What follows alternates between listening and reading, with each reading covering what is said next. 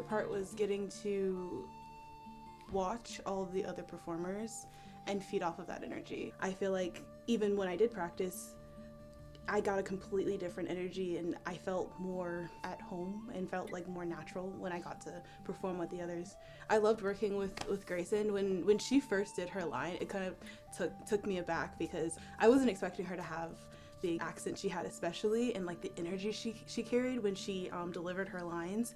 I was like, whoa, I would be afraid of her. And then Leslie with like her beady little eyes about the cauldron and everything. I feel like I was like, okay, she's a little unhinged, but I'll roll with it. And then Maddie, she's such a graceful person, and she brought that gracefulness, but like also again a ferocity to herself, to the character. All of them just brought such vastly different energies, such vastly different characters to their queens, and it was like every queen brought a different nation and a different like energy that kind of filled the room when they entered, when they spoke. So I guess my favorite part was getting to perform with other people that have such like unique backgrounds and unique takes on the characters. I'd definitely say seeing the behind the scenes. I really like seeing the vision and like everybody working together from cast and crew and getting all the shots together and everything, especially when you get to see the final product. I feel like I've said this a million times, but seeing the passion and how much everyone really loves the story and loves these characters. I don't think anyone was really worried or trying to figure out anything because we all know these characters so well. We were talking about it all the time. When I started in acting, I started in theater pretty young, and what I was drawn to about it was the cast and crew bond. I was like, there's nothing like this bond that you experience with these people, and that rings true here. Honestly, off the top of my head, I would honestly say this guy right here. No joke. I hadn't got to work with you before, so like I got to work with everyone else up until this point, and so it was really cool getting to know you, and it was really cool getting to work with you on this and like get to see you experience all this for the first time. And so like I think honestly like probably my favorite part of 65 was getting to know you. So I paid him to say that, by the way. yeah. My favorite part was about was being a part of this. Like that was my dream since I was a kid, to be an actor, and so just being a part of the cast and then hanging around fun people, that was my favorite part. Just being there. Also listening to your voice was kind of cool. Oh, thank you. Yeah. I think it's definitely with like the talent that we bring forward, not just like us as as the gentlemen that were in it, but I think anybody who involved, anyone behind the camera, anybody doing post, anybody who's an extra, like everybody who's just like just putting their work and their heart and their soul into this. I like seeing like the heavy breath of just relief that like, oh, we've just done something really cool. And now it's just like the waiting game of like seeing like when's the date that it drops, when's the date that we premiere. It was great to have a scene where the girls were highlighted, and even if it was a tragic way, you know, me and Sierra got a chance to really bond and challenge ourselves. Yeah, definitely the bonding with Maury was the best part for me. Like we definitely hit another level of friendship, being able to experience all of that filming together and be there for each other. Yes. I'm a very firm believer that if you do something for no other reason than you really love it, that shows in your work, because you're not looking for the outcome, you're actually just enjoying the process of it all, which means you're exactly where your boots are. And it's a really unique experience that you get people from all over the country, all over the world to be somewhere just because they love something. And it's infectious.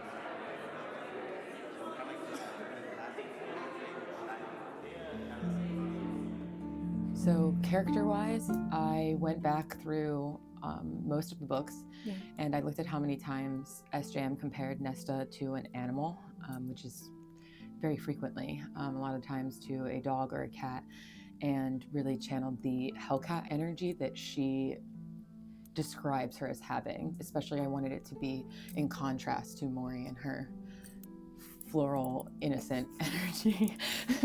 So yeah, also watching a lot of films that had to do with very resilient captors.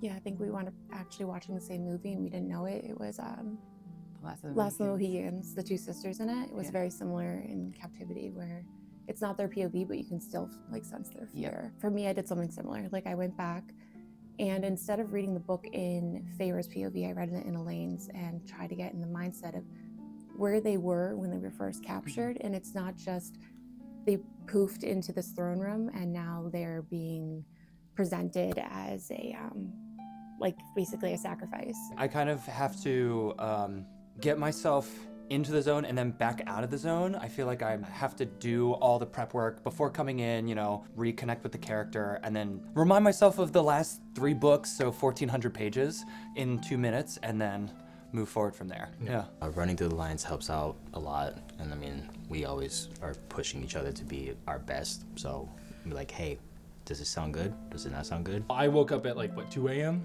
To make sure I hit the gym beforehand, just You because, did, yeah. because I think our call times were pretty early to make Yeah. sure that we got the makeup and stuff done. So like I try to make sure that like at least I keep my schedule and my routine going.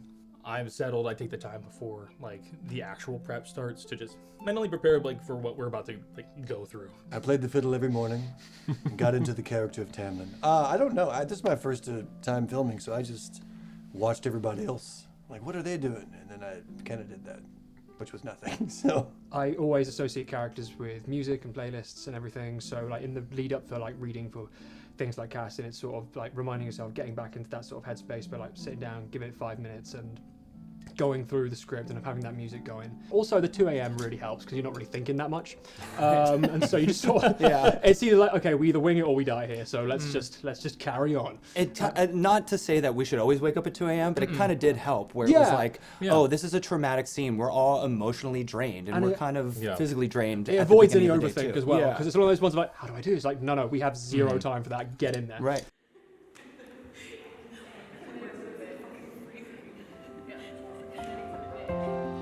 The big thing that I always come back to that challenges me is that he is 500 years old.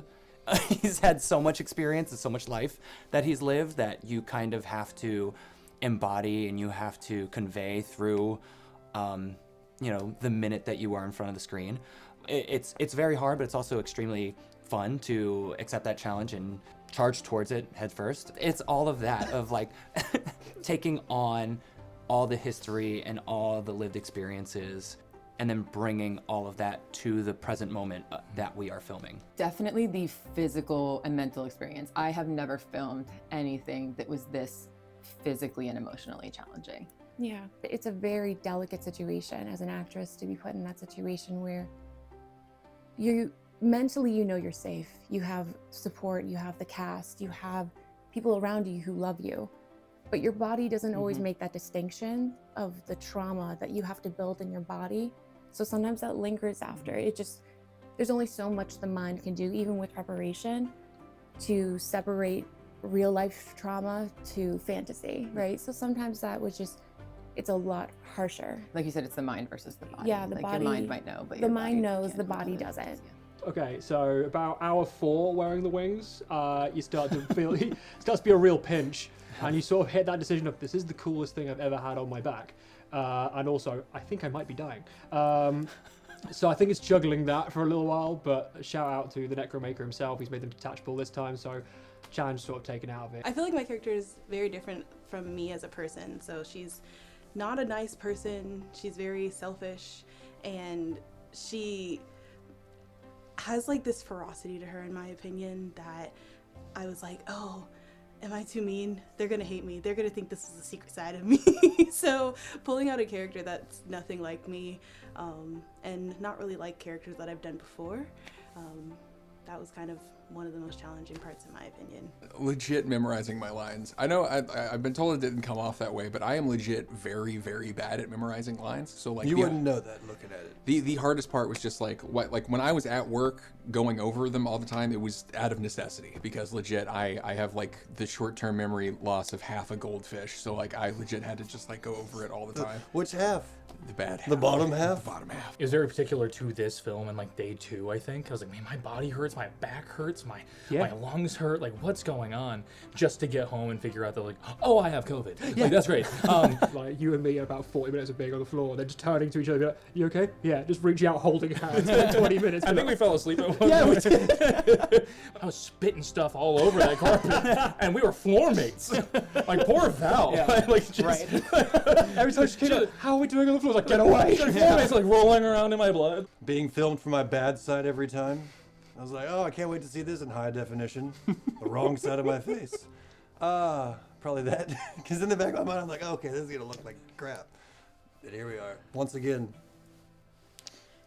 I think for me, it was trying to find a way to bring this character to life without having too much to go off of. Like, sure, he had a lot of lines and everything, but it's just like he's an eyeball for 500 years or whatever, and I'm just like trying to think about how to go about portraying that, because I mean, like, me personally, I would lose my mind if I was just an eyeball and sentient for that entire time. So I mean, like, I tried my best to like really bring that out, but having like that underlying motivation also of like just it is an act, so like I wanted to try my best to portray that.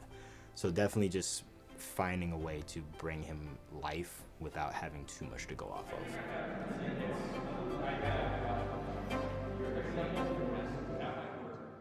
When you work with Whimsy, it's not like you're working with strangers. It's like you build a bond of a family. Like, even when we were driving up, I was like, I feel like I just came home. Getting to work with people who are passionate, getting to work with people who love their craft, their energy makes you excited and want to be here and want to be better and want to push this forward so everybody can see it. I feel like you don't get a lot of that in a lot of productions that you do. You don't get that in a lot of spaces that you're in, but here it's like I would work with them again and again and again because I love working with Whimsy. I mean, they started this, you know, they just got together and said, what if we made the fan films ourselves? Mm-hmm. And for a community this big, that was an amazing opportunity. We have met countless of people because of Taylor and Val, and we have built friendships, lifelong friendships. We see each other outside of this. We don't just look at each other as castmates. We look at each other as, I mean, I know it's like that red flag word, but like we do look at each other as like a certain form of family. Like, you know, you have a little bit of a found family here. We do respect each other. We love each other. Yeah, the outside people. of it. It's the people for me. Since 70, it's been like family from the start. Like, I remember not only like embracing you two boys for the first time, and it was like just like, man, I think our blood swapped somehow. Like did we kiss? That's like, exactly what happened. Don't turn it down to the camera. That's what happened. Yeah. But then like in that moment as well, it's like that was a weird connection I had with you and with them and everybody who was involved. But like with Val and with Taylor, like they've gone through like life events, and we've been able to celebrate that with them, and we've been able to be there for them. They're there for us like all the time, and it's just a big room of support always. So it has been lovely. You know, they have had these life events and we get to share that, but then they're also so excited to do this with us because they're so passionate about it. And I think that kind of energy that they bring forth is infectious. Yeah. Like I felt it from day one, even from shooting chapter 54. Just them as people. I'm pointing at them. They're off camera right now. But yeah, they're like my favorite people. They're so sweet and awesome. Everything. Every last thing about, since I worked on 70, since I worked on 65, every last thing about just this entire process. I feel like it's such a beautiful, I've said it before, that it is a true passion project where every single person working on these cares about the subject material and these characters so much. So really just everything, the vibe, the atmosphere, the people, just the feeling I get leaving the set and leaving the production, and a mix of sadness and also happiness for how hard we all worked on this and what a beautiful thing that we've all created together. Literally everything. And yeah, I don't even get me started on those two. I could talk about them for about 2 hours for how they've changed my life and how much this process in general has truly changed me. But everything, I would say everything. It's definitely more inclusive working with them than I have with the experience working on other projects. Like, there's been a lot more professionalism even compared to like actually quote unquote professional sets and everything. I definitely feel like there's a thing of they see you as a person rather than just like, okay, you look like you'd be good for this insert stereotypical role or something like that. It's just like they look at the talent, they'll give the feedback, they will help push you in the direction they're looking for. I mean, the first time that I worked with them was a background role, and even then I felt like I was heard and that I had more of a say. I'm going to try really hard to be eloquent about this because I'm starting to be a bit like, I just love them too, man. But without sounding cheesy, it is the kind of the whimsy of it all. Like, we all come from like such different parts of the world and everything, and for those brief, like, wonderful moments, like Taylor and Val help bring a lot of people who truly love something and want nothing more than to share it and give it their best. And I just think that's so rare, and it's so rare to instantly get on with people like that on such a level. Like, everyone's had to go through so much and be so much in their lives to end up in that exact right spot. And I think that's one of those ones of like, just on those little funny old life moments.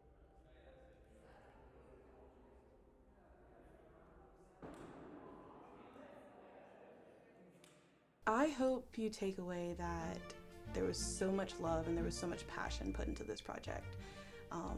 It's not just people who saw the book, wanted to do something, and just threw something together. This was hours and hours of work that was brought to you because we love what we do, and we love this series, and we wanted to bring this to life for you. So I want you to take away that this is something awesome, and also take away that if we can do it, y'all can do it too. Definitely gonna piggyback off of that. I was whatever. I was sick like the second day filming or something like that. I don't know with what, but I was just having chills. I was coughing, and I still had to perform. Just the passion. Everybody worked hard, like regardless of how tired we were, how hungry we were. Just volunteering also, like it was one of those things that we wanted to do this. And like you said, like if you have something that you want to do, you can do it too. Anything is possible.